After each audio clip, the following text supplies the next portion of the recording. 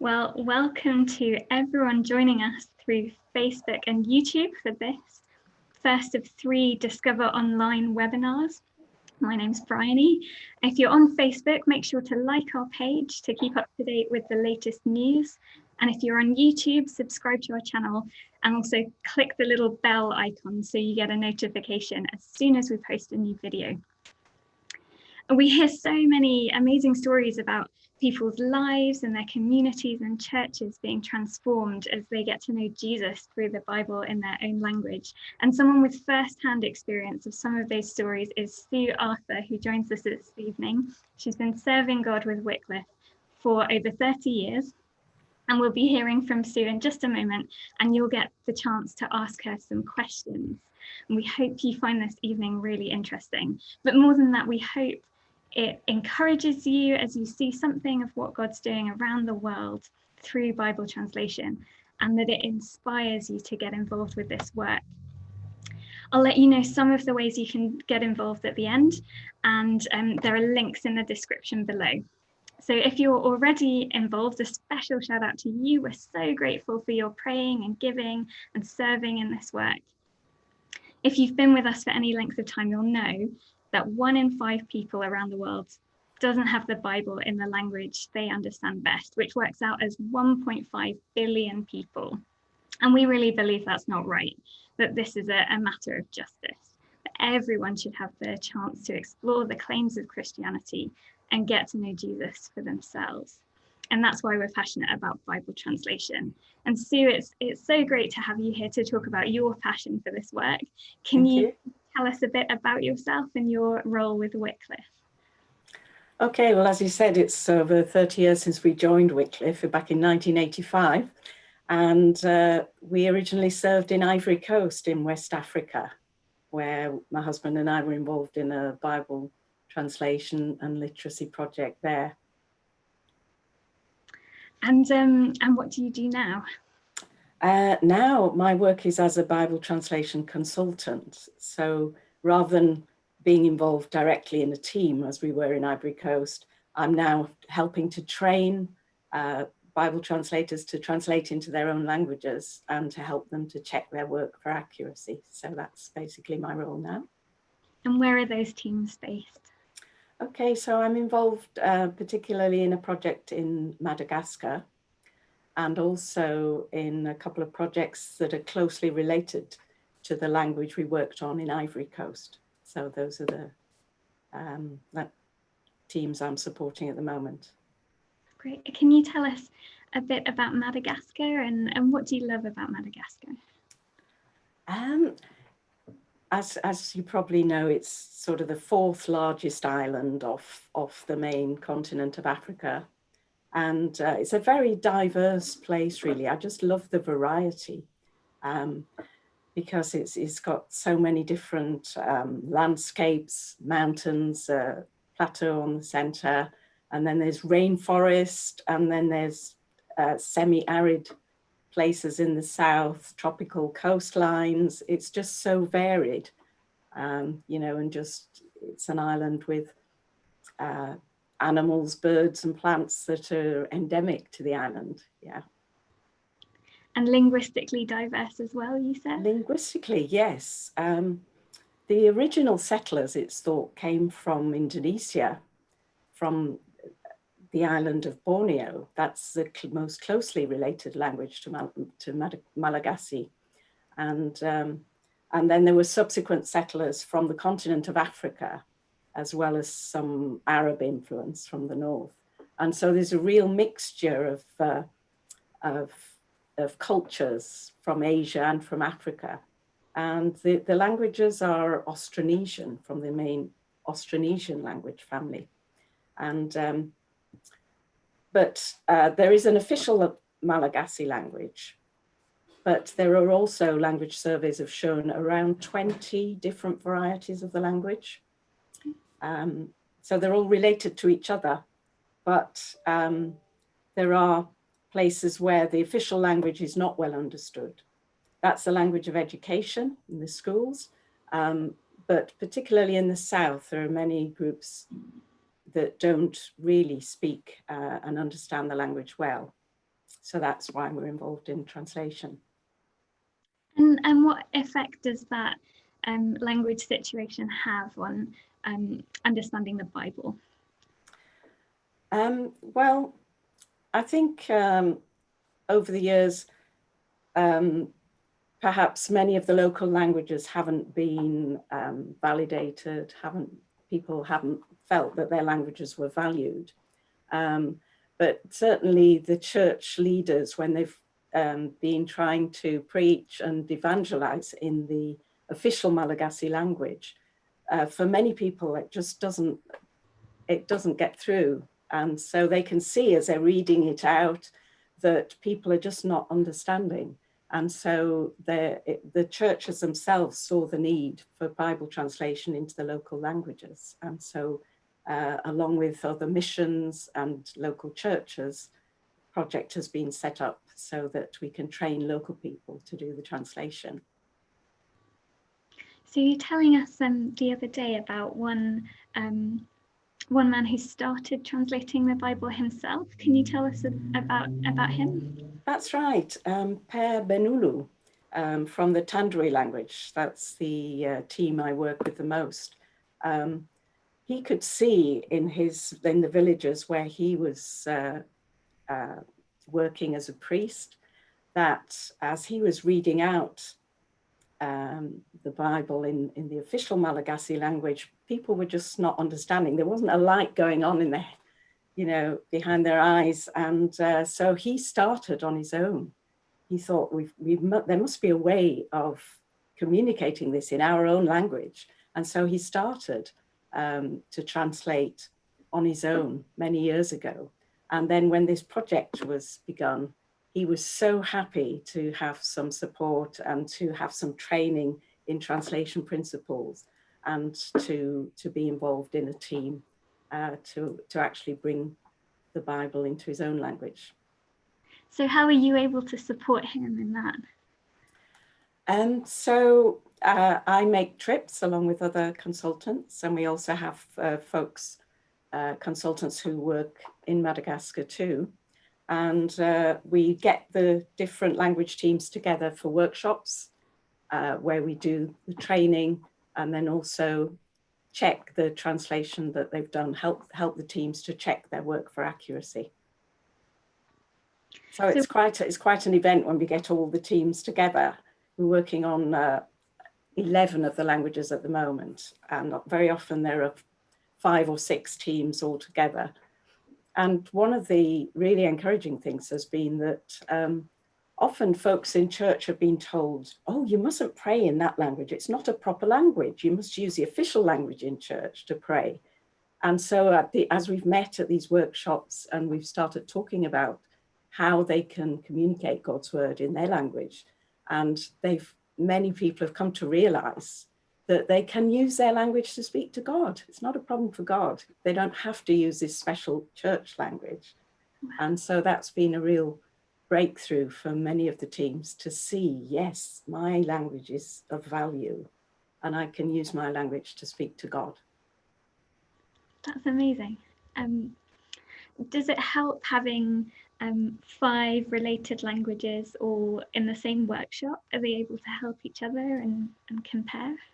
Yes, actually, as time has gone on, they have been able to discuss, for example, how they translate some of the key biblical terms, and they have been able to help each other in that as well. That's been great to see. Can you tell us about some of those key biblical terms and how they might translate them and what the issues might be? Yeah, I'm thinking of terms like priest, temple, grace, forgiveness, these terms that are so important as to how to communicate what God is like. And I can remember in particular when I was working with the Bara language team, they were having real difficulty choosing which term they should use for forgiveness. And they seemed to have about 3 or 4 different terms. And so I started exploring with them what might be the closest to the biblical term for forgiveness. And we were looking particularly in Luke's gospel at at where Jesus is on the cross, and he says, Father, forgive them, they don't know what they're doing. So this is talking about real, complete forgiveness. And as we discussed with the team, they came up with one term which was kind of seemed to mean, I forgive you today, but if you do it again tomorrow, you know, and they had 2 or 3 different words. And eventually, after talking round and round, the term they thought was the most appropriate was saying, my stomach is clean for you. And that meant there was no bitterness, that was completely forgiven and forgotten. And so that's the term they use now in the New Testament. So does that mean they'll see the stomach as like the seat of emotions or decisions? Not particularly, but I think it's really conveying this idea that there's no bitterness in the stomach. And so that forgiveness is complete. Yes. Yeah. Right. So that was the right idiom for the. Yeah. Okay. And one of the other just occurs to me also, and another issue with the languages in the South is that they have to show respect to certain people, and so they have a different set of vocabulary for people they have to show more respect to, as opposed to equal respect. So, for example, the normal word for house is tran, but the word, if you have to show more respect, is anzuma. And so that's the word they had to use to talk about God's house, or to talk about the house of, say, elders, for example, where they, according to their culture, they need to show more respect. And so there are these kinds of things that you have to kind of discuss and get the translators to dig into their own cultures to see what's the most appropriate thing. So what would the effect be when they're reading scripture if you didn't get that right? Yes, so it would really kind of strike them that there was kind of a lack of respect, or they might just have a feeling of something's not quite right there. You know, it's translated, but, and so it's really important to get these cultural things right. And it takes time as well, because obviously we're training the translators, but they're also learning on the job. And so as time goes on and they get more experience, they're learning all the time. And so am I. So do you speak all of these languages? No, I speak a little bit of these languages, and it's been my frustration that each time I go to Madagascar to work with a team, there's never enough time to sit down and learn official Malagasy. But as I've worked with the teams, I do get to understand more about how their languages work, and that's so interesting. And how does your role work then? What does your work consist of, and how are you able to advise and assist if you don't speak these languages? Right, that's a very good question, actually. I'm often asked, how can I be checking translation in a language that I don't know personally? And the answer to that is that our common language is French, so we work through French. And when the translation team have drafted a passage or a book, they would then get someone to back translate it, as we call it, into French and do a pretty word for word translation, so that I, as a consultant, can see how they've translated the passage. And then we discuss it together with the team.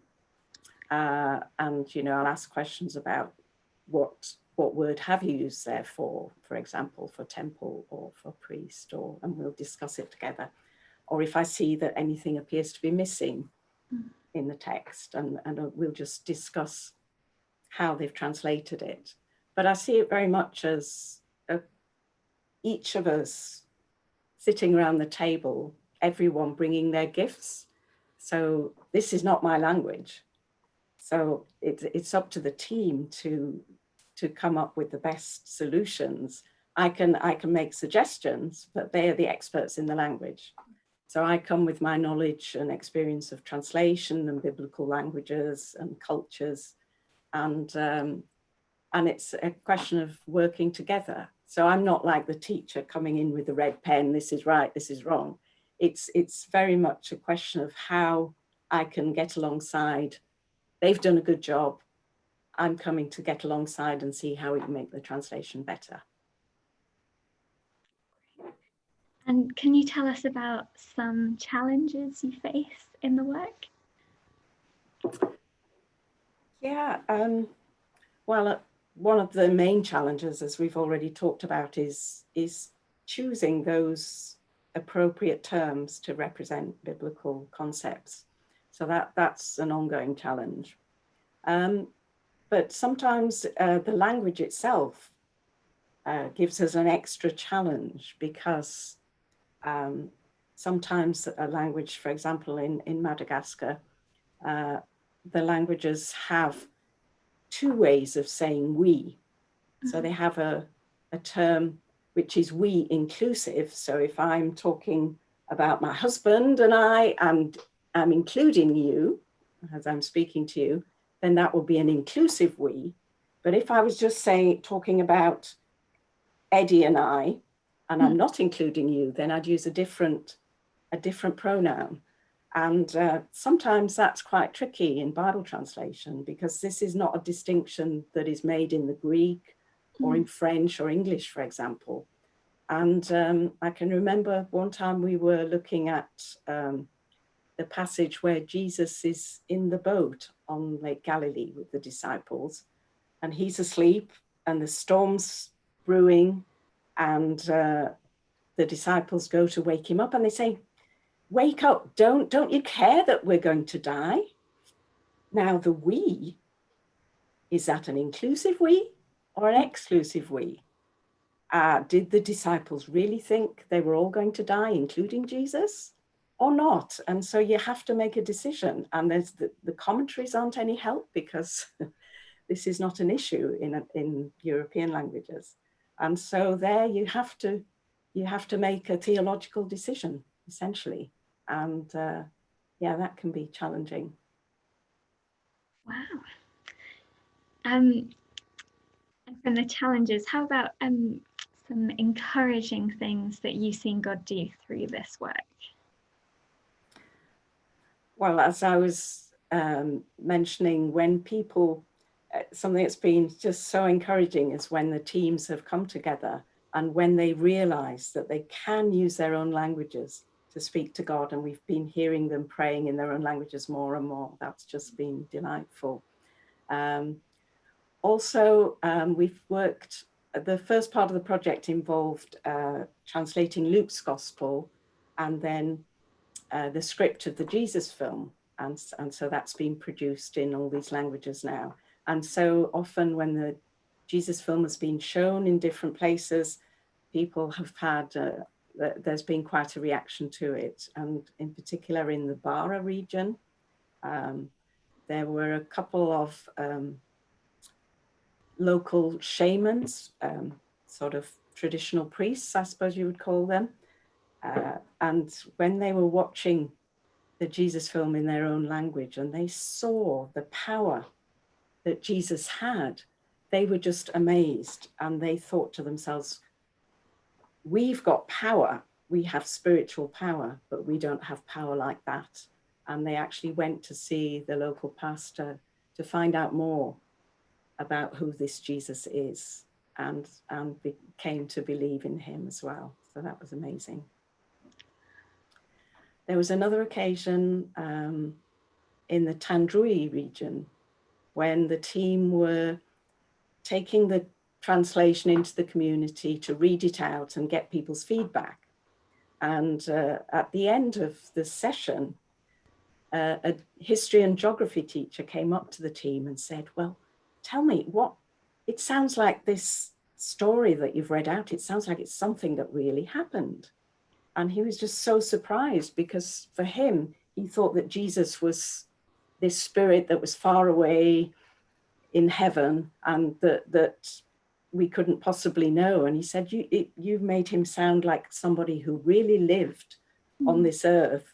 And, you know, it's true. And so they were able to actually show him on a map where Jesus had lived and ministered. And they were just amazed, because it was the way the translation had got, it was just very natural. And so they had told it as a true story. And he was just very, very surprised, and God was at work there. So there's differences and decisions in how you choose to translate. They make a real difference in terms of whether people see this as something true or not. That's right. I suppose it's a bit like if you imagine in English, if you start off a story with once upon a time, then that's a signal that this is not something that's true, something that really happened. Whereas if you're starting to tell about something that really happened, you would have a different style. And it's the same thing. Every language has its way of talking about those things. I think we can start to take some questions now. So, all right. Yeah. I'll go to, I'll just get them up here. Did you feel like God was calling you to this work, and what was that like? That was, I suppose, a bit of a long process. I became a Christian when I was at university. And then after meeting Eddie and we decided to get married, we believed God was calling us to some kind of mission work. But it took a while to discover what that was. And we tried several doors, and we ended up going to Bible college and then hearing about Wycliffe and attending a weekend there. And it just became very obvious that that was something that we could do. Eddie had the research skills for linguistics, and I'd already studied languages. But it's just amazing the way, before I became a Christian, I was already fascinated by languages. And I think God often uses things that we are passionate about, you know, to even before you're a believer, and then you can go on to use that. So, yeah, I guess that's how it happened. So it was just amazing to be, because I'd always thought I wanted to be an interpreter or a translator. And yet, as I thought about the work of translation, kind of sitting on my own with books and papers didn't really appeal to me. And then I heard about Bible translation, and working with people was much more what I felt I wanted to do. So it was kind of it was a long road, but God showed us step by step. You said everyone brings something different to the table when you're working in teams. Translation consultants, are they still needed? Do we need more people to join in with that work, or in different roles? What do you see the need as being? There is a great need for translation consultants, because many of us, like myself, are getting older and retiring, and there's especially a need for people who can speak French, for example, as well. There are not enough consultants to keep up with all the work that the teams are doing around French-speaking West Africa in particular.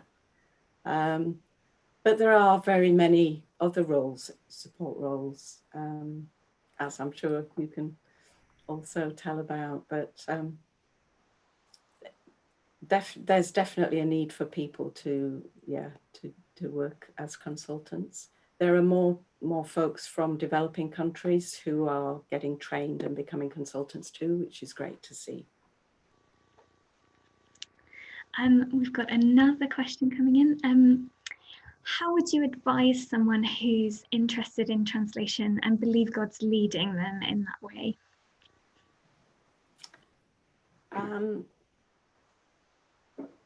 I would definitely advise them to go and talk to their pastor, to their church leaders, and see how they see their gifts being used. Talk to Wycliffe, talk to other missions that do Bible translation too. That's good advice. We've got some links in the description below, and I'll talk a bit more about that later on. But excellent, yeah. Talking to your pastor or your church, that's a great. Yes, because it's so important if you are going to be doing some kind of work, particularly abroad, then you absolutely need the prayers and financial support of a church that can be behind you. Yeah.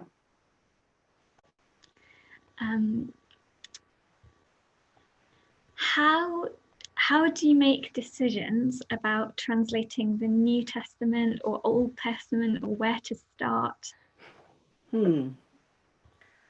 How long is a piece of string? Yeah, it's these decisions are very much made on the ground. Yeah, and so it would be with input from consultants, from church leaders, from those setting up the projects. What does the church think the need is? And it varies from country to country. Very often in an Islamic area, for example, it might be good to start with the Old Testament because people are already familiar with those books. It's easier to start with narrative. You don't want to start in on Paul's epistles, for example. That's far too difficult. It's much easier to start with the gospel or some of the Old Testament, for example. But it's done in consultation with local people and local churches. That makes sense, as you were saying, with them being experts in their language. And absolutely, yes. Right. How long does the process of translating the Bible usually take? In the project we worked on in Ivory Coast, we were there for 12 years, but there was also another expat team that had started the work. So it depends whether there's already a written language. In the case of Kuya, there wasn't. And so that was the first part of the task, was to do an analysis of the language to work out an alphabet before you can even start on translation. So it depends on that. But to do and again, if you're working with local translators, then it's more likely to go faster. But it's a big book. The Old Testament is long, and I would say at least 10 years for a whole Bible. Very likely more. And again, depending on the local situation, how long it takes to train people, first of all, whether you already have people who are trained, who've worked in neighboring languages, depends on a lot of factors, really. I suppose, as you were saying about starting with the epistles, the letters of Paul and others in the New Testament, if there's not been a written form of the language before, then I suppose letters wouldn't have existed before either. So that would make it more difficult to translate them. Yes, yeah. But because narrative is less complex than arguments, and translating the epistles is much more complicated. So you want to make the translators to have experience in just straightforward stories, first of all. And once you've finished translating a section or a book or a story, do you publish that section straight away, or do you wait until the whole Bible or the whole New Testament is published? It's very common to publish a gospel. When a first gospel is finished, you might want to publish that on its own, or a book of the Old Testament, for example. And then you might want to publish each book as it comes out. but more commonly you would perhaps publish each of the Gospels and then the whole New Testament, for example. So again, it depends on the situation, but we certainly want to get the translated stuff out there for people to be using. And it's quite common also to do an audio version, because a lot of people are from more oral cultures than literate ones, and that can be very helpful also to have an audio version. So would that be like a cassette tape or something solar powered? I think cassette tapes are probably passé now, but there are all kinds of little kind of radios that you can put SD cards into and things like that, or people can have the audio on an SD card in their phone. That's becoming an easier way to distribute scripture now. It's great.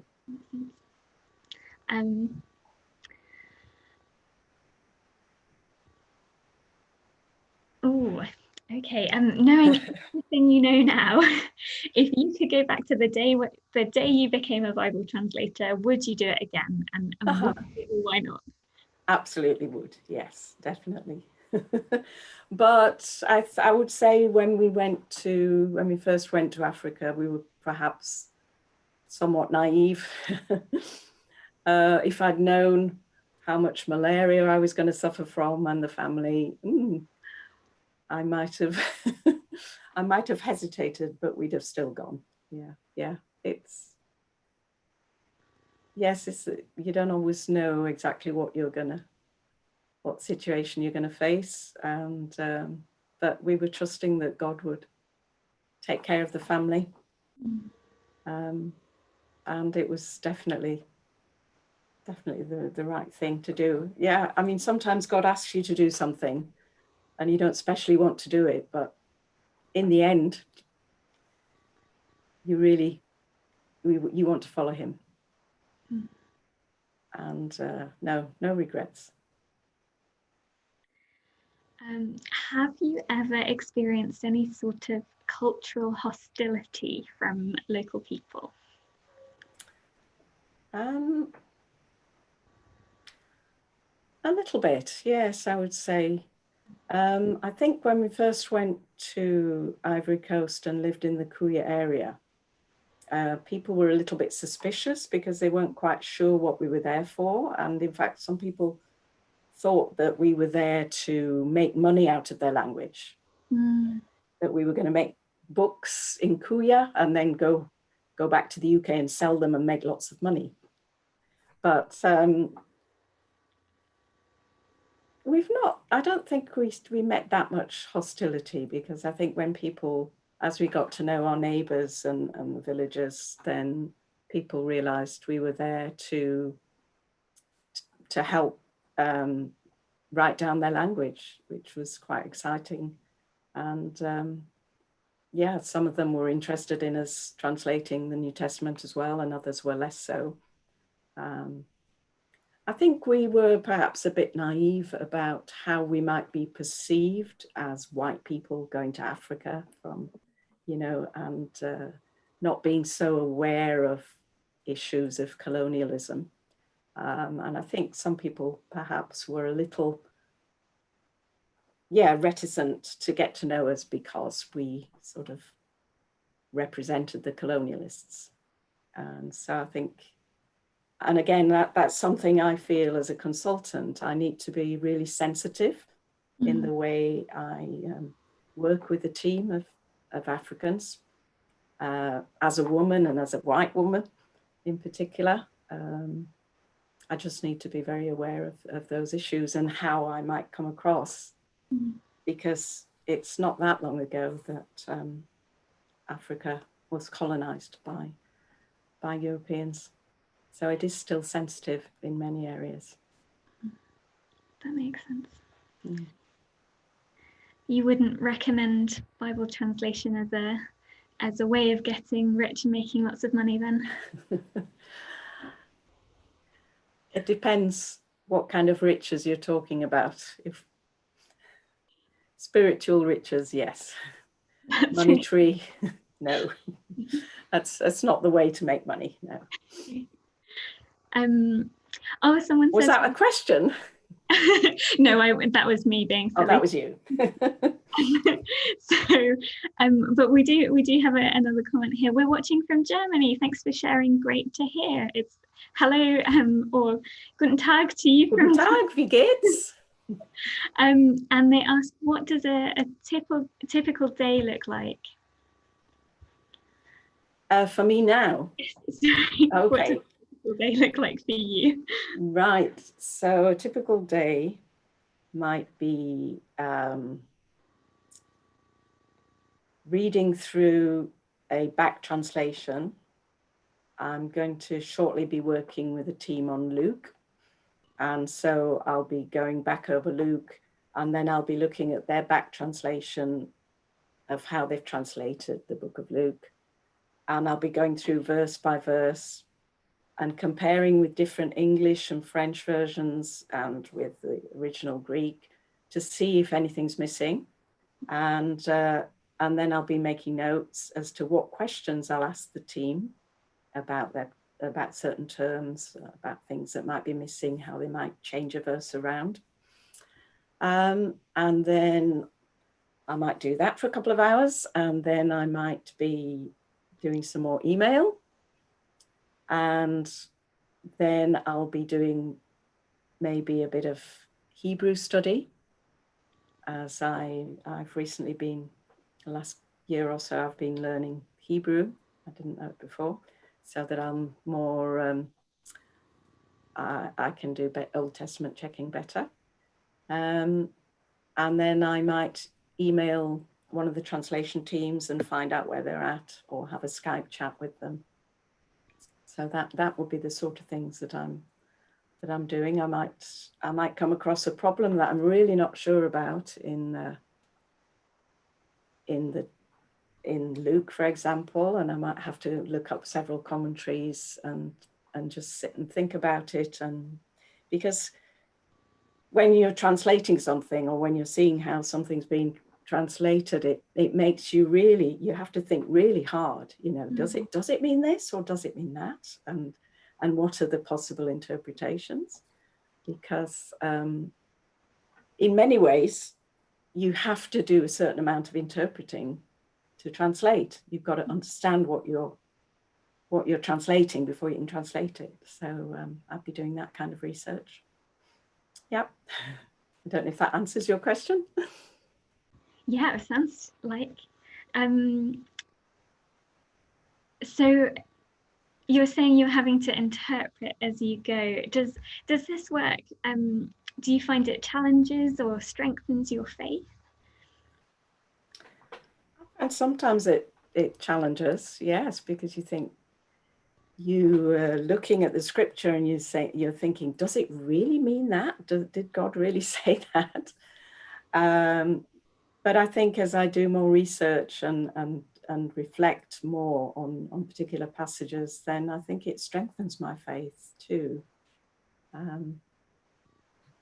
But it's just so humbling that God uses ordinary language to speak to us, and that's what he wants to use. That's the way he communicates, because that's the kind of God he is. It matters to him to talk to us in a way that we can understand and that speaks to our heart. And this will be our last question, because we're getting towards the end of our time. I see here we've got people viewing from across Europe and even some from the USA. So hello to all of you. Thank you very much for joining us. Our last question for Sue. What do you like most about this work? Languages. It's just fascinating how different languages work, and just finding out interesting expressions. But also, I suppose it's the privilege of working with local people and helping to train them. And just when I'm making a visit, just having coffee and talking about their families, and just the privilege of getting to know people on that sort of level, to be able to work together on God's word, it's just an amazing privilege, and that just always makes me happy. Absolutely. Well, I think that's about all we have time for this evening. Thank you so much, Sue. And thank you to everyone who's joined us this evening for Discover Online. If you would like to hear more from Sue, she and her husband Eddie have a blog where they write about mission, and the link is in the description below. And if you'd like to be part of the work of Bible translation, I have 3 ways you can do that. The first is to pray, and the second is to go, and the third is to come to the next Discover Online. So if you'd like to pray for more people to know God and be transformed by the Bible in the language they understand best, there are links below so you can sign up for our magazine, Words for Life. It comes out quarterly, and it's got great up-to-date stories of God at work and a daily prayer diary. And there's also a link so that you can become a prayer volunteer and keep up to date with all our prayer news and share them with your church and your friends and your family.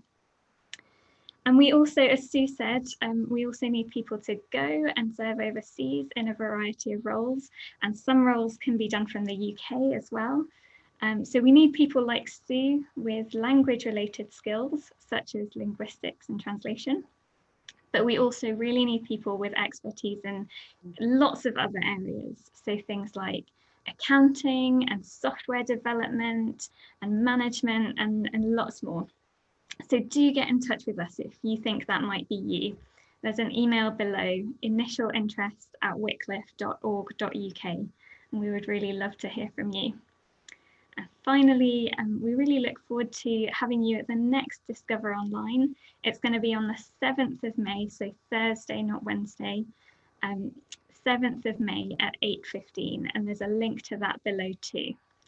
Thank you again for watching.